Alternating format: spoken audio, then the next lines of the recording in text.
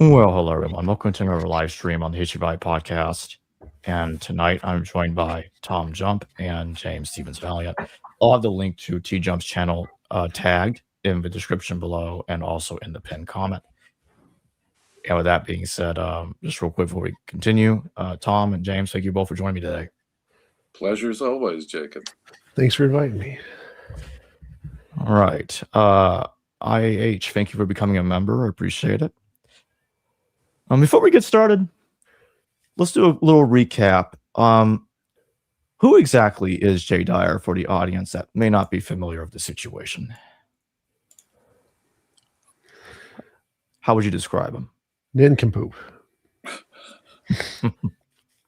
Jay is a precept apologist who is a creationist science denier, and pretty dumb overall. He is very knowledgeable about philosophy or history, not philosophy, history.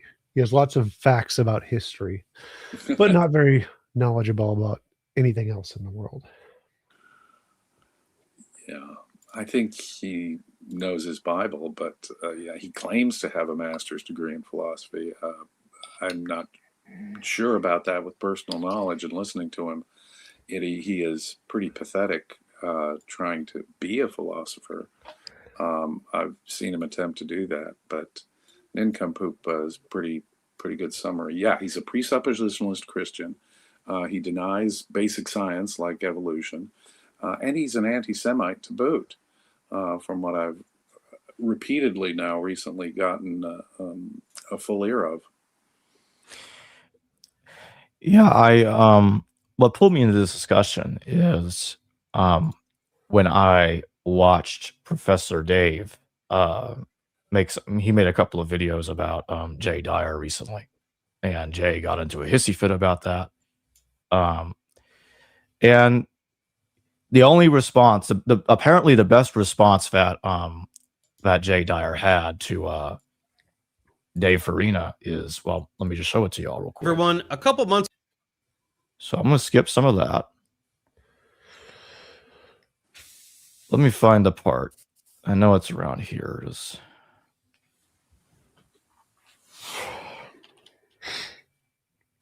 Here it is. It's right around this area. There it is, right there.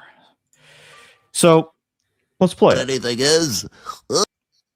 Talk about base pairing. Talk about codons. You can't do it because you don't know what this is. Cry about it. You don't know what molecular biology is. You don't know what anything is.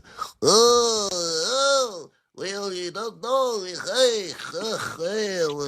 Holy shit, man, you really put me in my place there. Hang on, that was such a profound rebuttal to basic principles of molecular biology that I don't think I was able to absorb it all the first time. Let's get that again. You don't know what anything is. Well, you don't know.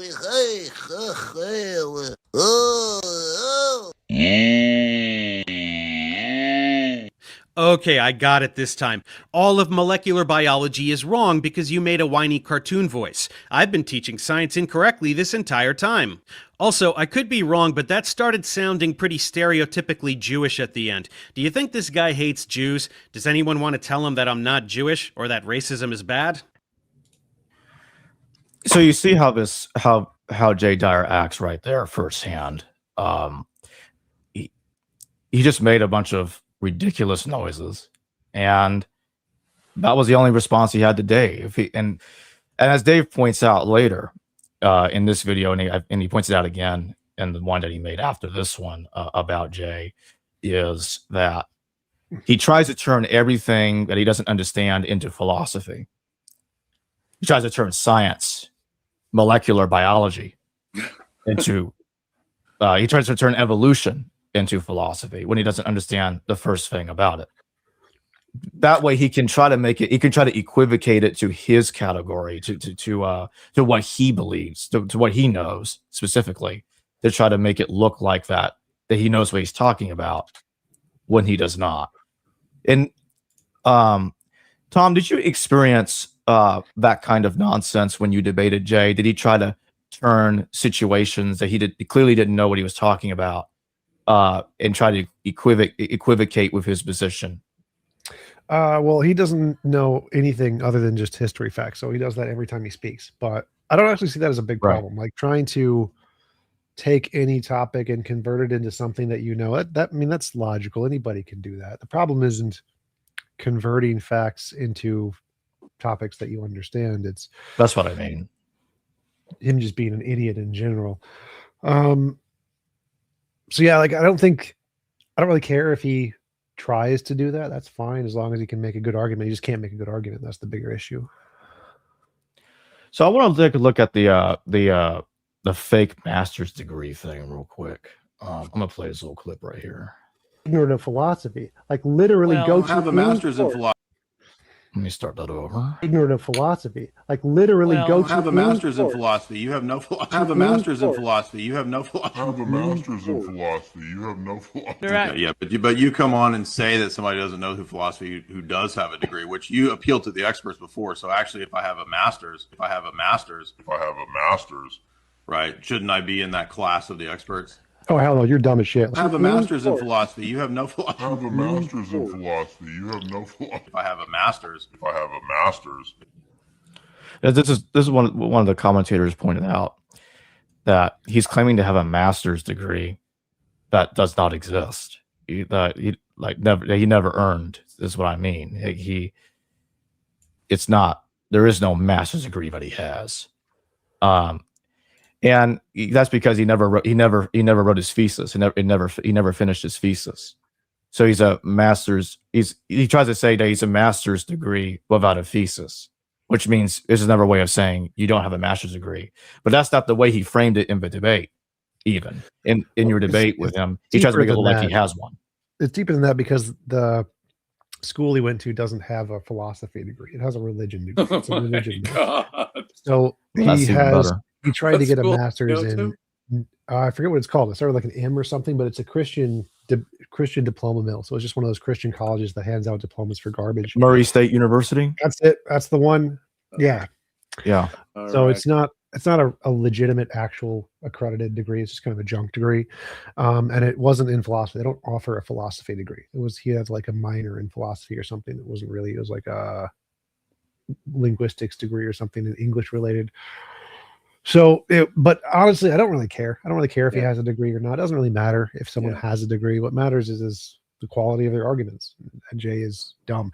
But he was tactically correct in his approach in our debate to just speak and yell the entire time so that I couldn't make a coherent argument, because obviously he knew I would just destroy him on anything he said. So he just had to yell.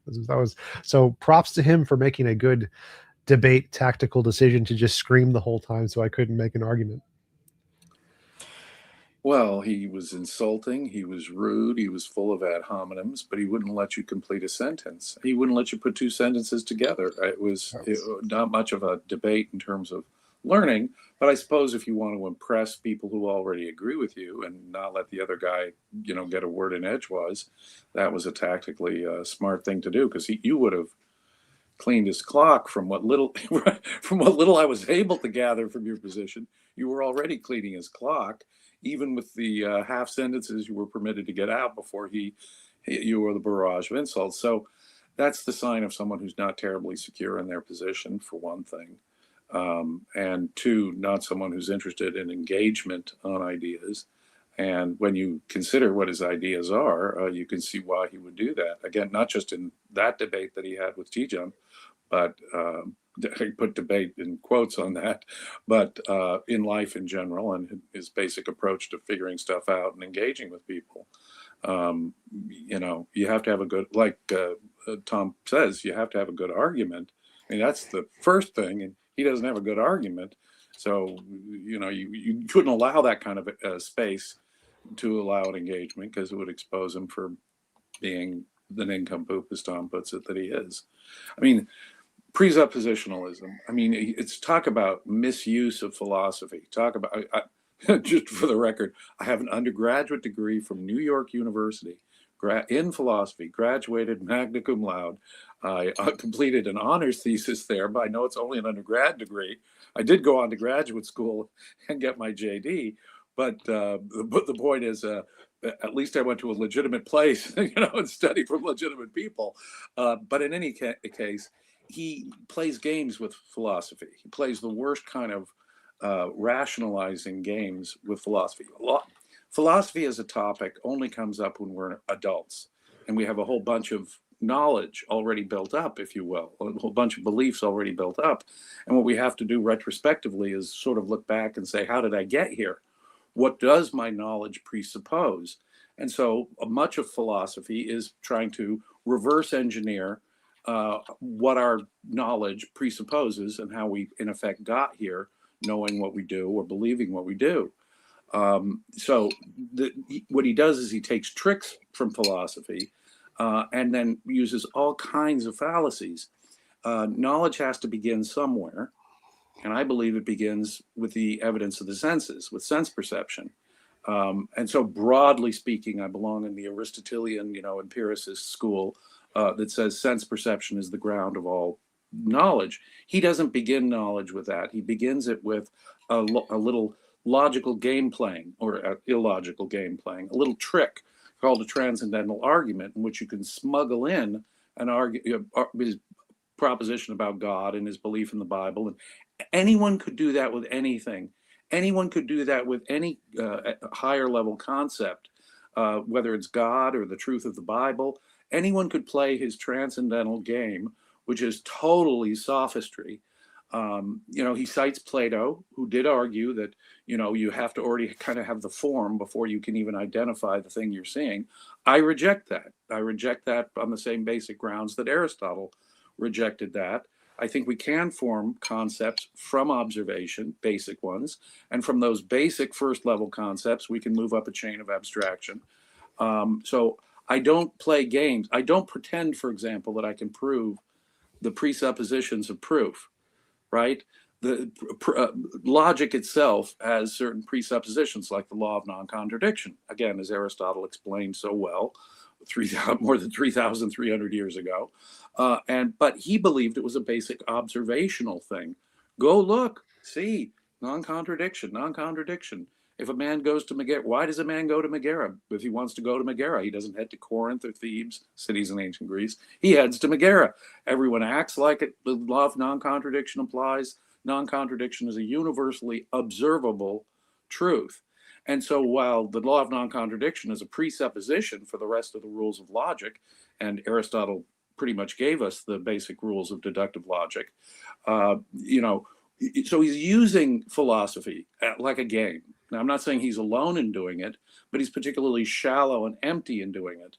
But whether it's Christianity or God or anything else, that kind of transcendental argument is simply game playing. And it gives a bad name to philosophy as such. But he'll throw out fancy words like epistemology as if he knows what the hell he's talking about, when it is really just a mental game that he's playing with himself. He doesn't start with the evidence of the senses. He starts with, what are the presuppositions of logic based on my current presuppositions about God and the Bible? And of course, that's the classic fallacy. That's the fallacious use of circular argumentation. To smuggle in your conclusion by means of a logical, game. But as I say, it would be equally valid if I was to argue for a pantheon of gods and the truth of Homer's Iliad.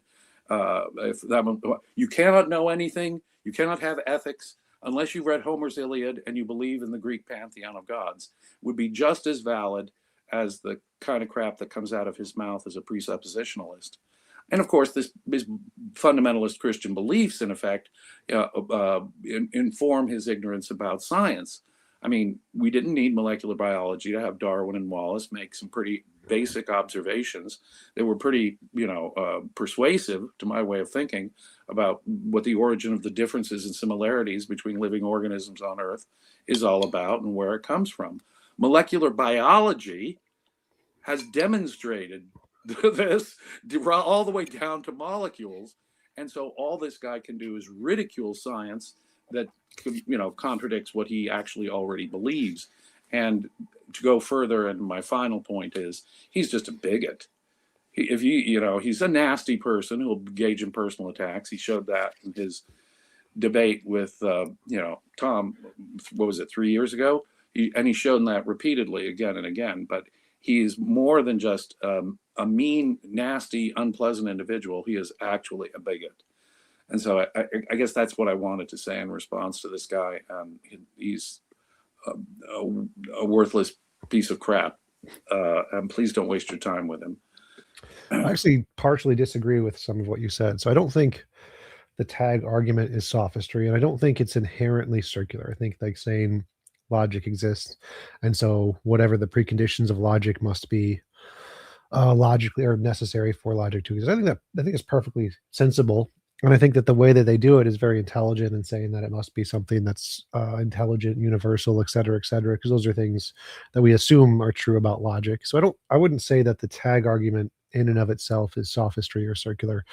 I think it becomes that way because of a lot of the additions that they add to it, but I don't think the approach of presuppositionalism is inherently illogical or stupid. See, I do. I think that's sheer rationalization, and it's the kind of games that the school of rationalists got into, the problems they got into, whether it was Descartes or particularly Leibniz. I think you have to start with reality and observation, and if you can't ground even the premises of logic in observation and reality, then we have a problem, Houston. But that I think that there are valid philosophical. Let me put it this way: I can see why people would. I have no problem with your disagreement with me in that sense, Tom, because I think there are rationalists, as I might call it, who will use those kind of games.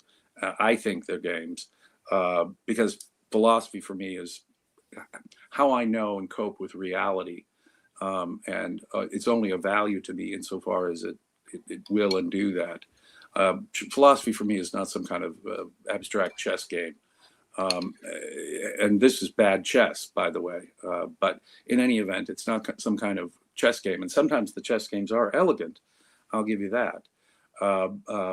One can engage in a very elegant chess game when you're disconnected like that. But for me, philosophy is a vitally important topic. It tells me how I know and and the correct approach to values. So to me, epistemology and ethics aren't games that you could get away with this kind of, chess game approach to, in my view. I don't think what they're doing is any fundamentally different than any philosopher, essentially. It's just taking ideas and finding patterns to solve problems we don't have answers to. I wouldn't say precepts or the tag or Descartes or rationalist. I'm not a rationalist. I think that empiricism is a more justified grounds of knowledge. But I wouldn't say that what they're doing is in any way sophistry or illogical or unreasonable. Jay is an idiot, 100%. But the argument that he's using is a very well thought out argument from other thinkers that aren't him. And rationalism is very well thought out ideology, even if it's wrong. And so I wouldn't call any of those games in any sense that they are less valid than any other field of philosophy. Well, I ground validity in reality and observation itself. So I think But why does that mean that the others are irrational? Just because you disagree doesn't mean that they're irrational or that it's a game. Oh, well, I believe that reason is by its nature the integration of the material provided by sense perception. So I approach philosophy in a radically different way than the rationalists. And so, Leibniz's consideration of possible worlds is to me just a consideration of arbitrary possibilities. But then again, so is Descartes' methodology of doubting everything to find the thing he's certain of.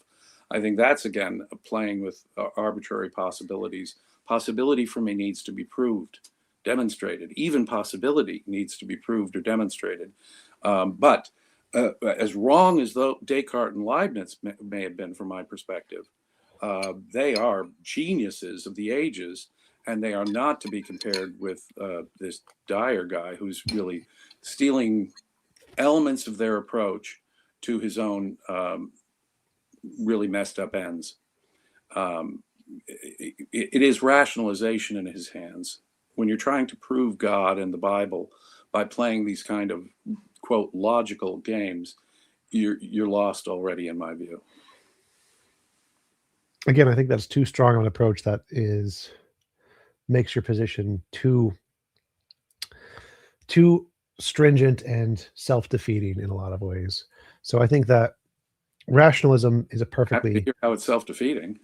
because you don't start with your sense experience. Your sense experience is interpreted by your brain. And even if someone has no sense experience, they can still know things via thoughts, a priori knowledge. So we don't start with our sense experience. Sense See, experience is secondary. Reject a priori altogether. I reject the analytic synthetic dichotomy. I reject the a priori a posteriori dichotomy. I reject the necessary contingent dichotomy. Okay, well, so can people with no sense experience have thoughts? No. That's No. just false. We They know have that to have sense. They have to have some contact with reality, whether they're Um, Helen Keller, that's just great false. example. Helen Keller was reduced in what input she had, and all they had was touch. But the climactic moment of that wonderful play, The Miracle Worker, it's a really epistemological play, if you think about it, because the climax comes when her teacher says she knows she got through water as a concept, not just an associative symbol, but she even needed her hand to do that. She needed the sense of touch and smell, or she could not have formed concepts at all. And that's just false. wonderful. So we scientifically know that is 100% It's false. scientifically demonstrable without contact Well, with let's reality. get back. You're doing the Jay Dyer thing, so that's just wrong. We know for a fact the brain works even if there's no sense data. You can completely destroy the sense data parts of the brain, so there's absolutely no access Give me to an the example. external world whatsoever. One example. But you still have thoughts. One example. Comas. People can be in comas and still have dreams. And Did they have a bunch of sense experience No. before the coma? No, they could be born in a Okay, coma so and they still were have brain born in data. a coma and they have brain activity. Yep. I would not say we could call any of that thought or logic or anything else. If they were truly born, Because then they can come out of the zero coma. Hold on. So again, this is a We're solved getting. thing. I think we're also getting off topic. yeah, we kind of are. Let's let me play a clip from because I wanted to play a couple of clips real quick. Important kill stream history. Don't want to We're interrupt usually Neil so there, pal. organized and so put together. Okay. Hold on a second. Yes. Forever. Jay Dyer and Tom already. Kinds of presuppositions or preconditions that are necessary and have to be the case for those knowledge claims to be possible. So I'm not talking about any specific knowledge claim in this case. I'm talking about a higher level, a meta level claim about the possibility of knowledge claims. So these preconditions are things like universals, abstract concepts, the status of objects, or the identity of objects over time, the principle of induction, the external world having a reality to it that's not just simply mental, that there is a self that underlies all of our perceptions. All of these things are not reducible to matter. They're not, in other words, it would lead to an absurdity reductio to reduce all of these preconditions to matter. And so therefore they do have some ontological existence, some real existence. And so the only possible way to explain how all of those interlock or cohere, numbers, laws of logic, the things I listed, is if there is a God who grounds them and is the justification for those things. So basically I'm saying that there are transcendental categories or preconditions, and the argument for God's existence is that he is the only possible justification or ground for those things. So that is the transcendental argument. Mr. Jump, would you like to respond to that, or? Yeah, sure. So just to clarify, so you're saying that all of the experts in all of those fields who wrote the books on literally all of those topics that you mentioned, they're all wrong. All of their worldviews, majority of which are atheist, non-religious people, they have some logical contradiction in their worldview. That's completely irrelevant to a formal argument. You're appealing to authority. It's just a question. So no, it's not actually what I'm doing at all. Well, So there I'm are plenty of asking authority. There are Stop, plenty of Jerry. authority. Stop. I want to stop it here for a second. So I find it interesting that he keeps telling Tom that he's committing the argument from authority fallacy when he's not. And later on, as I played earlier, he then tries to use his fake master's degree that he never had to argue that he's the authority, so that Tom should be listening to him. He tries to reverse the situation. So he therefore commits the same argument from authority fallacy that he's accusing Tom of, also based on a lie, by stating that he has a master's degree that he doesn't have. Oh, I would disagree there. So in the first part is, yeah, you're right. He's trying to say I'm using an argument from authority, and I'm not. That's just simply a question in order to provide context. So he's making a claim that knowledge is only possible with his God, which would necessarily imply that all people who ground knowledge outside of his God must be illogical.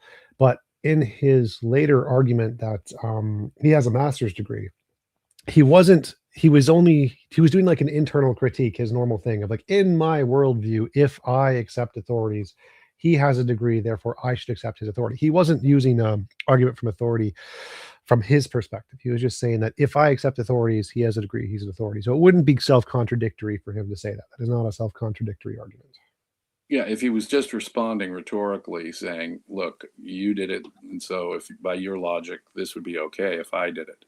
He does it more rankly later, though, in the debate when he says no one would agree with him. And it's, first of all, not true, obviously, but even in its own terms, whether factually true or not, he's doing an ad populum fallacy right off the bat, the kind of thing that he was so keen that Tom not do. Yeah. And there he was doing it substantively, you see, in the truly fallacious way. The next clip I'm going to play is at 39 minutes, 10 seconds. I think this will be the last one I play.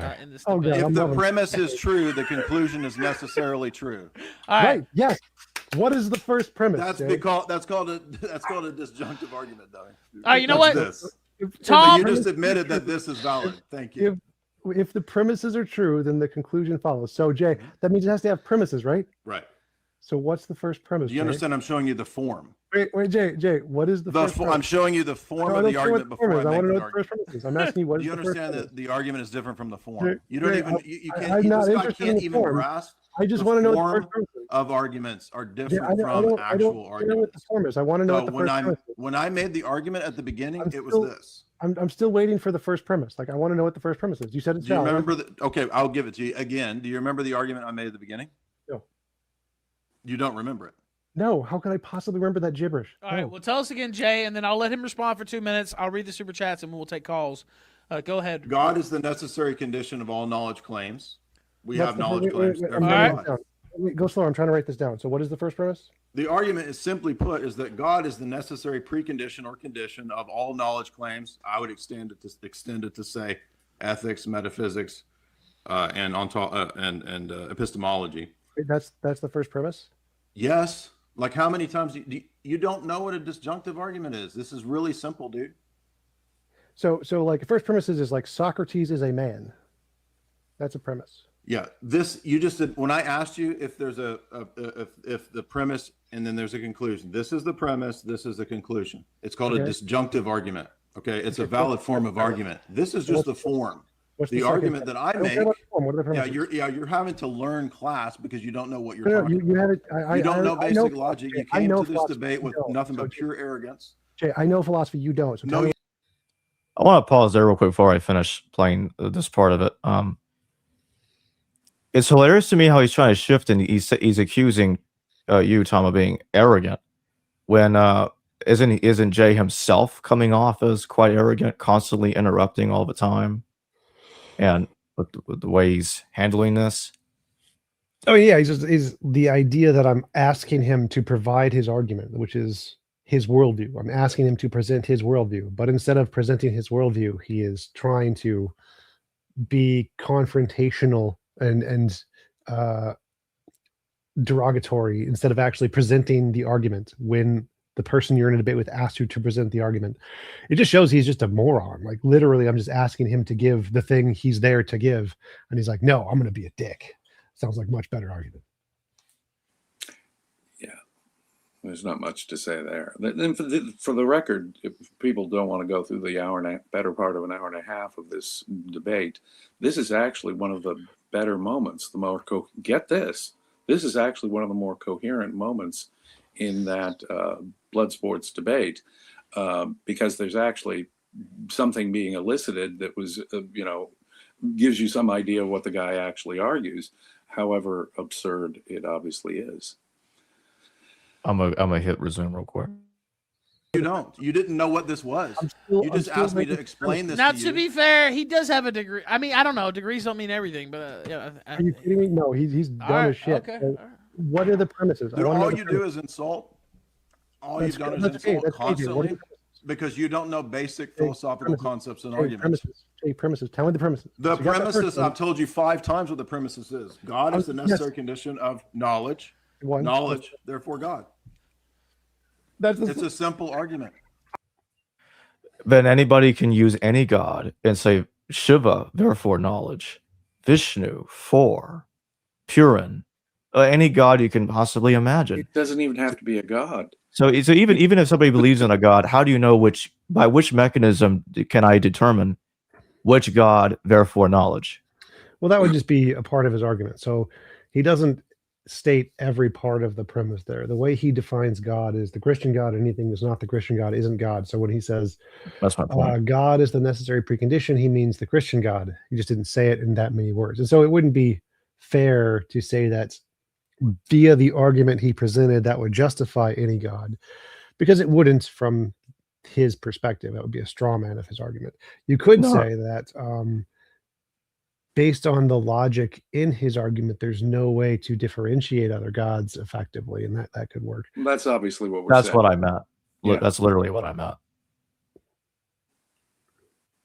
Oh God. Okay. Wow. Oh man, I need to ask you something here. It's really hilarious. So the first premise is God is the necessary precondition of knowledge. Right. Correct?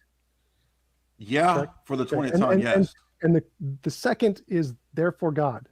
No, the second is knowledge. Therefore, he can't even follow the dude. Do you want What's to the do? second You one? want to do? Do you want to What's the do your second one? What's the second ABCs one? with this? God is the necessary precondition or condition of knowledge claims or propositions. Right? We can insert into transcendental categories here. Okay. Knowledge claims or transcendental categories. Therefore, God. Knowledge claims. The second premise He is can't knowledge. even follow it. Dude, maybe you should go learn the transcendental argument before you come to debate, because you're having to learn it here So and act what's like the a second jerk. premise again? What's the second premise again? It said knowledge claims or something. No, I'm done with that because he doesn't get it. I made the argument. right. Maybe So what's funny here is that for it to be a second premise, it has to be like knowledge exists. So God is the precondition for knowledge. Knowledge exists, therefore God. That would be the full argument. But Jay doesn't know how to say an argument. He's not doesn't have a basic knowledge of philosophy. So he just kind of skips over the stages and kind of muddles it all together and doesn't understand why it's wrong. But when I asked for what is the second premise, what I'm looking for is knowledge exists. That would have been the second premise. He never said that. He said knowledge or knowledge, therefore God. And later on, you asked for clarification. What do you mean by the second premise? And you mean any knowledge? You were trying to pin him down on that. And he said both. He said any knowledge. So later on in the discussion, he actually did pin himself down. And again, this section here in the middle of it really is the clearest and the most substantive in the discussion. But later on, you did try to pin him down on what you mean, any knowledge. And he went for it. He said, yeah, any knowledge. Yeah, that's all precepts will agree to that. And the only way any knowledge is possible is if God exists. And the reason I specifically brought that up is because of lucky knowledge. In philosophy, lucky knowledge is like a defeater for justified true beliefs. Like if you look at a clock and the clock says it's noon, the clock could be broken, but if it also happens to be noon at the time you woke up and looked at it, you would have a justified true belief that it's noon, but your method is a broken clock, so it wouldn't be justified. This lucky knowledge. And if lucky knowledge is possible, that makes making knowledge claims very, very easy. Because if you have a belief that I exist, the Cartesian circle, the Cartesian argument, that cogito ergo sum, and even if logic isn't true fundamentally, even if there's no universal logic, and it just happens to be that you have this belief, you would have knowledge, and it would be justified. And so that would be possible in a world where there was no universal logic, which would defeat his argument that you need universals for God. So there's a line of argumentation behind that question that I was going at. Of course, Jay just screamed all the time, so he never actually got to explore that like I do with other precepts who are not as screamy. But that's the main point of asking that. Well, what kind of knowledge? You mean any kind of knowledge? Any kind of knowledge? I just to give you one logically possible world with no God and knowledge. Your worldview is defeated. It's the minimum variable knowledge argument, essentially. I don't get it. That's not a valid argument, Jay. What you presented was not a valid argument. It is a valid argument. The form is valid. We can get Alex Malpass. The form is valid. You might not. No, it's not, Jay. You might not No, it's accept not. my version, but the Oh, form is God. So- valid. You didn't even so- know that. You didn't even know that the form is different from the still- instantiation. I still want to know what the second premise is because I'm not clear on that one. We Knowledge, have knowledge claims, therefore God. we have knowledge claims. We Yeah. have knowledge claims. Z is the necessary condition of A, right? I'm putting God as That's better, the that's better. necessary Yeah. precondition of knowledge claims. We have So- knowledge claims, A, therefore God. Okay, we're getting there. That's better. Thank you. That is much better. So That's the 20th time I explained it to you. You just don't understand it. I can go back and just show you the words. You never said those words before. So, so we You got just God. lied. You just God is- lied. I God said is- it. I said it 5 times. Yeah, God is the We necessary. have knowledge, right. therefore God. All right, now let me How many times did I say that? go ahead. You said the first one. This a guy's number of times. totally I just didn't dishonest. realize that was. Like, You how didn't say can the you second one. debate if you're going to No. be totally dishonest? So like you're God you're is- lying to yourself Jay, I'm and trying to to- me, to my face. Jay, I said Jay, this go 5 back. times. Go back. So God is the necessary preconditions of knowledge claims or propositions. We have knowledge claims and propositions, therefore God. So are you claiming that Yes. you need God to have propositions, or you need God for knowledge to exist? Like, for example, A precondition, God What? is the precondition for preconditions, is my argument. okay. Right. So my question is do you need God to have a coherent knowledge base, or do you need God to have knowledge at all? So, like, for example, Both. I can both. I would argue both. James, I think that might be the moment you were talking about That is earlier. the moment I was talking about. But what he said earlier was just not true. He claimed that from the beginning of the debate that he'd been clear about that when he absolutely had not. We hadn't even gotten to his second. We frankly hadn't even gotten his argument at the beginning. But Tom was correct about pointing out that was really the first time we were pinning him down on his second premise, which of course doesn't get him there. But that's of course why Tom was nobly trying to pin him down on it, because by stating your argument out loud, people can already see the holes. It's a Swiss cheese filled with all kinds of holes. So Yeah, like I love how I'm trying to make progress in the debate by asking like the most basic questions, and it takes us 5 minutes of him just gibberishing on about nothingness because he just doesn't want to answer questions about his worldview because he knows I'm going to destroy it. I think that's true. And mind you, this is, this is like 50 minutes into the discussion that we're finally 44 getting minutes this- to be exact. But I mean, look how quickly you got my position from me and Tom's position from him in our discussion and our difference about philosophy. This took 50 minutes just to get this guy to articulate a coherent position. Well, it's not fully coherent, but to actually articulate his argument. Coherent sentence. A coherent sentence about what his argument is, I think would be the best way of putting it. Yeah. I actually like that. The more I think about it, I actually like that y'all had had some disagreement and it got a little. Y'all had a little debate earlier because it shows what a good debate actually looks like. It gives you a glimpse at a cordial discussion when what's happening in that debate there between Jay and Tom is just mumbo jumbo because Jay just keeps going all over the place and can't even put a sentence together properly. It takes 44 minutes to explain his position. Yeah, clearly. people can have reasonable disagreements and differences in philosophy. Right. But good Lord, man, the way he was going about it, the first 50 minutes was just uninterrupted interruption.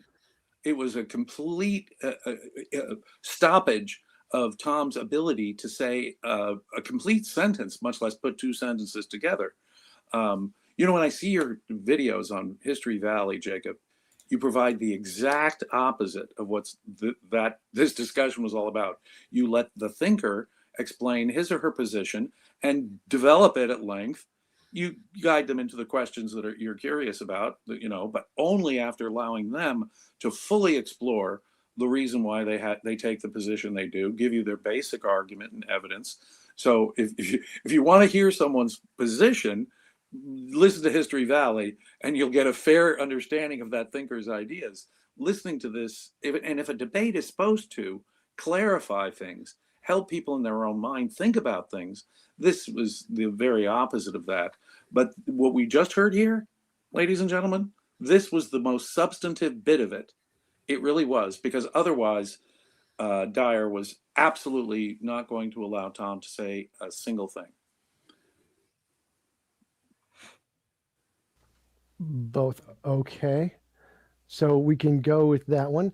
Why do you think you need God to have knowledge? Like, I think, therefore I am. I don't presuppose God. I have knowledge. Because the denial of any of the preconditions for knowledge leads to the impossibility of knowledge. I don't care about any of the preconditions because those are your made up preconditions. That's my You don't need argument. them. So I have My knowledge. argument necessitates preconditions for knowledge, transcendental categories. Okay. So I think, therefore I am. There are no preconditions to that other than my experience. Absolutely, yes, there are. You just showed again basic misunderstanding of philosophy. What are the Even Bertrand Russell refuted Descartes' cogito. No, I think, therefore, I am assumes a self. Go ahead. Thinking self. It assumes that words have meaning. It assumes sentences having grammatical structure like subjects and predicates. That's all assumed. And so you have a philosophy 101 understanding, and you thought that that didn't include preconditions, and it does. Can I get my 2 minutes? No, so it doesn't. So I think, therefore, I just showed you that it does. It assumes a self. It assumes sentences have meaning. Descartes' phrase assumes that sentences have meaning. Let's go back to philosophy 101 class. Here, so I got to correct all his mistakes. So it's probably a lot more than I'm not making a mistake. Have you read Bertrand Russell? He would inform you that it's a non sequitur. No, I didn't. So again, it's a non sequitur. Yes, it is. All modern philosophers will laugh at you and tell you that Descartes' cogito is a non sequitur. All right, let him speak. See, this is so stupid how he just doesn't shut up and prevents me from actually addressing the argument. Like, there's many different versions of the cogito and its different implications, and many of the more popular versions specifically say it's a representation of the direct conscious experience. So the words themselves are irrelevant to the argument. The words themselves don't matter. It's simply just saying that there is this thing, which is the direct sense experience, which is a physical object like a rock, and this thing exists. Now, the words that are used to frame it into premises and a conclusion aren't relevant to the factors of the argument, which is the existing object of the sense experience. Right. So you don't need to presuppose any of the English or any of the logical relations of the words for the argument to hold, because it's not about the language. The language is a description of the object, which is covered. I think it's in the wiki or the SEP page on the cogito, where it specifically explains this, like in detail, that many versions of the argument have nothing to do with the linguistic structure at all, and so addressing the linguistic structure is just a red herring, and Jay just doesn't know that. He's just irrelevant. This is just a copy paste presup response to the cogito when none of them have actually done any research in the topic whatsoever. Right. I mean, to understand, for whatever its truth or falsehood, you to understand Descartes, all you need to understand is, I mean, you can rephrase it. I experience consciousness, therefore I am, therefore I exist. It isn't the question of the words used there. He's pointing to the actual experience of consciousness that people have, and he's using that to infer his existence. His bottom line argument there. Now, I disagree with that basic approach, as I say, but the way this guy's going about it is no sensible critique of Descartes at all. And Tom is trying to point out, look, no, consciousness, thinking, whatever, however you want to put it, awareness, any other synonym you want to put, or a combination of words that make that synonym would have been just as valid. But see, that's part of what I originally was saying. I have to, I'm afraid, in my worldview, I have to break it down to reality, to that experience. And so I believe in consciousness because I have that experience, not because of some logical derivation of it. And at some point, logic is the demonstration of new knowledge from previous knowledge, or an application of something, deduction, or a generalization if it's inductive logic. But you have to start somewhere, as I say.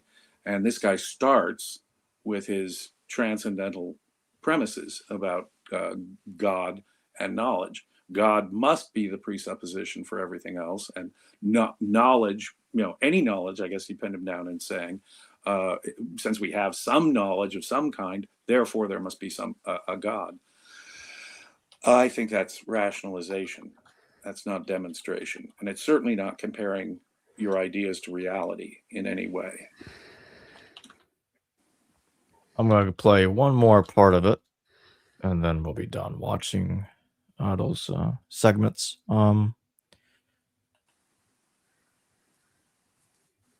We'll start here. God doesn't need to make an argument. Literally, your IQ, like I can't even. How does God justify knowledge? There's no point in arguing the transcendental argument with you because I don't think you're physically and mentally capable of understanding the argument. So you're going to have to go to do other kinds of arguments because this is never. You're never going to get this. Can I get my 2 minutes? So God is the necessary precondition of all knowledge. You said, does God have to prove himself? Like it has nothing to do. Does God have to argue his own Jay, shut up. Jay, that has nothing to do with my argument. I gave you formal arguments. I gave you formal arguments. Can I get my and you responded with no one agrees with you. Go ahead. No one agrees with you. Ralph. Go ahead. Say what you want. Give him 2 minutes. Go ahead. That's and then not an argument. Just let him say what he wants, and we'll take callers, and then we'll finish this up.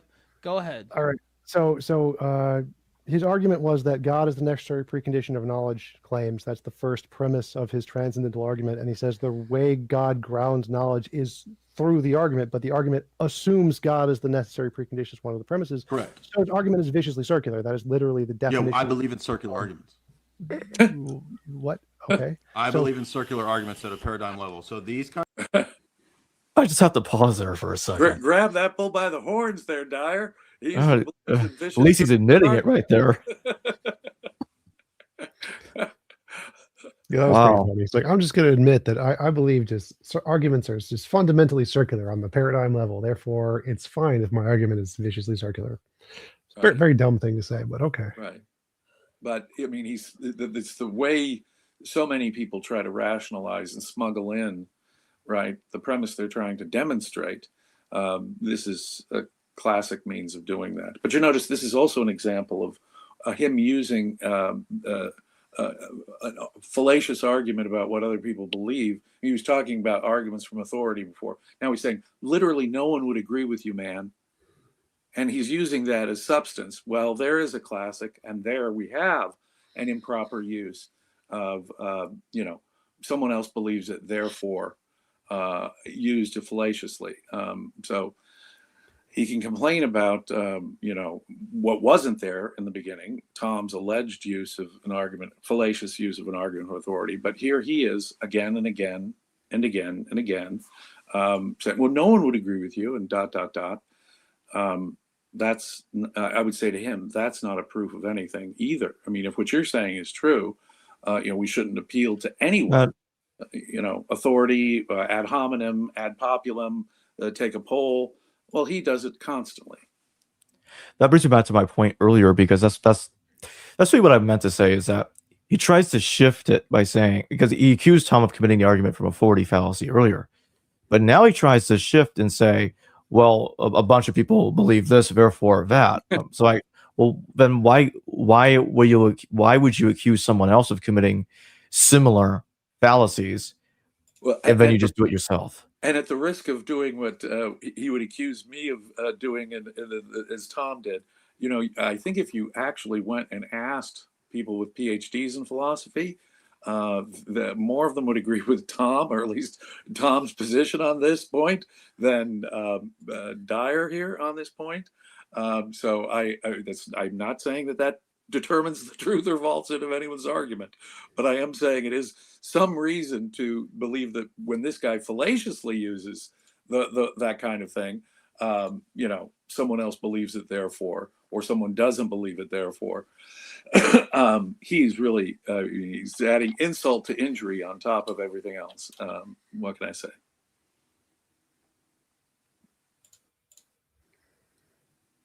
Arguments. They require. Now wait. Now, to be fair, you accuse him of a circular argument, and like it was a bad thing, and that is usually something that's said. Now, why would you say it's not, Jay? That's why we brought this out. So, if we're making arguments like this, where we're making distributive, attributive claims, pause it right there. Pause it. Oh my God. So, if you look at that argument, that is the dumbest thing. X is Y. All X are Y. And then Z is the necessary precondition of A. A is Z. That isn't a valid argument. that the premises do not lead to the conclusion. There is no Z or A in any of the premises. Right. There's no X or Y in the thing at the bottom. That is not a valid argument. It is not. There is no part of that that is a valid argument. That is just No. Jay doesn't understand No. what a valid argument is. No, there is nothing. In fact, Like, Aristotle to is show you spinning his how grave easy it here. would have been. All you do is X is Y, Y exists, Right. X exists. That's Right. that would have been a valid argument. That would have been good. Nothing to do with the. That is a totally invalid deductive or syllogistic argument. There's no question about it. Just on the form of it, as we say, this is not a valid argument. However, Absolutely at the correct. It's like he paradigm level, skipped. It's like he skipped impossible to not be logic in circular. his That's philosophy. the Getting point. his I philosophy. believe the transcendental argument is an argument about circularity. In philosophy, that's called a tautology, which No, it's not. thing I No, mentioned it's earlier. not. That's literally No, it's what not. it is. It's totally different. Literally A what it transcendental is. argument But is not a That's tautology. literally A Now, wait. transcendental argument is not a tautology. Explain That why is it's a not. tautology, Explain why dummy. it's not. Why is it not a tautology? Tautology is just a restatement of the thing itself, right? Restating No, what you that just is- that said. is Yes, not it what it is. is. It's restating what you just said. That's No, not an that's- argument. that's- This is a that's the definition disjunctive, on which you Google. didn't know what that was. What's a That's an transcendental? argument. What is You didn't even know that the cogito What's- is an what's a argument. tautology? You're like, it's just a state of Jay, affairs. Jay, what's a tautology? It's just Logic. restating. In logic, what is a tautology? It's restating. Nope, that's not what a tautology is in logic. What's a tautology? A tautology in a logical argument is an argument that is framed in a way that you can't deny it without it causing a contradiction or an inconsistency. That's what it means. It's not a restatement is like a tautology in common English. Right. Nor is he, when he says he's accusing you of saying Descartes wasn't making an argument. No, you were just pointing out that his first premise, I think, is an experience, is actually mapped onto reality. I think you even said at a certain point. You're not denying that Descartes was making an argument. So he's constantly strawmanning you, constantly misrepresenting what you in fact said as well. But no, this is not a deductively valid argument. No. That Dyer is making. It absolutely is if you reify Nope. and restate. Yes, it is. Nope, that's literally not what it is in logic. It's a kind of formal argument. What is it? But that's not what this is. It does. That's irrelevant because it's not. He's right. I'm That's making not- a that's not a- tautological- not That's formal not what argument. this is. That's why I was like cracking up there. It's like that's not this. I'm like, yeah, you're right. That's not the formal argument. What's a tautology? All right, you know what? what? Let's just leave it there. I'm going to read the rest. Yeah, no, he completely skipped his formal logic class. If he has a philosophy degree, and when I got a philosophy degree, they required me to not only take formal logic, but symbolic logic and more. But this guy apparently skipped all that in getting whatever degree he has. Because when you do get a degree in philosophy, they actually require you to study philosophy, figure out what these things actually mean, what the valid form of a syllogistic argument is, what the fallacies really are, what a tautology really is, and how it can and can't be used, etc. This guy was maybe he skipped that class. I'm not sure, but I'm not sure how you get a real philosophy degree by skipping that. These Swan I Kelly just want to says, say one last thing. no, you know what? Okay, very quickly. Go ahead, Yeah, because we're never going his to get to argument- college It's if we just- don't. Just let him is say the- it. It's just something that states it is true in all possible I just interpretations. say one last thing. We Yes, Googled so- it. He Googled it. He his Googled tautology to try and figure out what he, that's I think he did that in like 4 or 5 times in the debate where you can actually see him Googling things that he doesn't know. Like I did that. I showed a quote of him of Quine. He says that Quine says that logic can't be doubted. And I say, no, Quine literally says the opposite. And I quote it. And then he says, oh no, that's not what the 2 dogmas of empiricism are. And I asked him what the 2 dogmas are and he didn't know. Yeah. And I was like, oh, what are the 2 dogmas, Jay? And then for like the next minute, you can see him Googling the 2 dogmas to try and figure out what they are. Right. I mean, he's not familiar with the work of William Van Orman Quine, which is, again, required reading when you get a philosophy degree, at least after the middle of the 20th century. Quine's work is required. In fact, the various approaches to the analytic synthetic dichotomy are necessary, and Quine is among the most important 20th century writers, whether you agree with him or not, one of the most important 20th century writers on that point, and he obviously is not familiar with him. Is called the Cartesian circle. You can literally Google it. It's the definition of vicious circularity and doesn't work at all. That's not a transcendental argument. That's a mischaracterization. It's not that. It's not a argument Cartesian you just circle. made. That God justifies knowledge through the. It's a transcendental argument. You don't know. That's hilarious. He's saying that now because he admitted to making a circular argument earlier. Yeah, for sure. Oh, the Cartesian circle is like a very specific rebuttal of how Descartes uses the cogito to justify God. So he's saying that he gets to the conclusion that I think, therefore I am, and then he uses that to prove God, which is the circularity, which causes circularity. And that specific argument that he uses is called the Cartesian circle, going from cogito to God. And that's the part I'm referencing here, is that the method Descartes uses to start with if knowledge exists, therefore God, is the same argument Jay's using, the tag argument. It's like the foundation of the tag argument. Yeah. I think that Descartes is like I say, a super genius compared to this guy. And we know, well, I mean, an ant is a super genius compared to but one can rationally object to Descartes' methodology, Cartesian methodology, but this guy is Descartes would be embarrassed by this guy even having anything that even structurally sounds similar to him.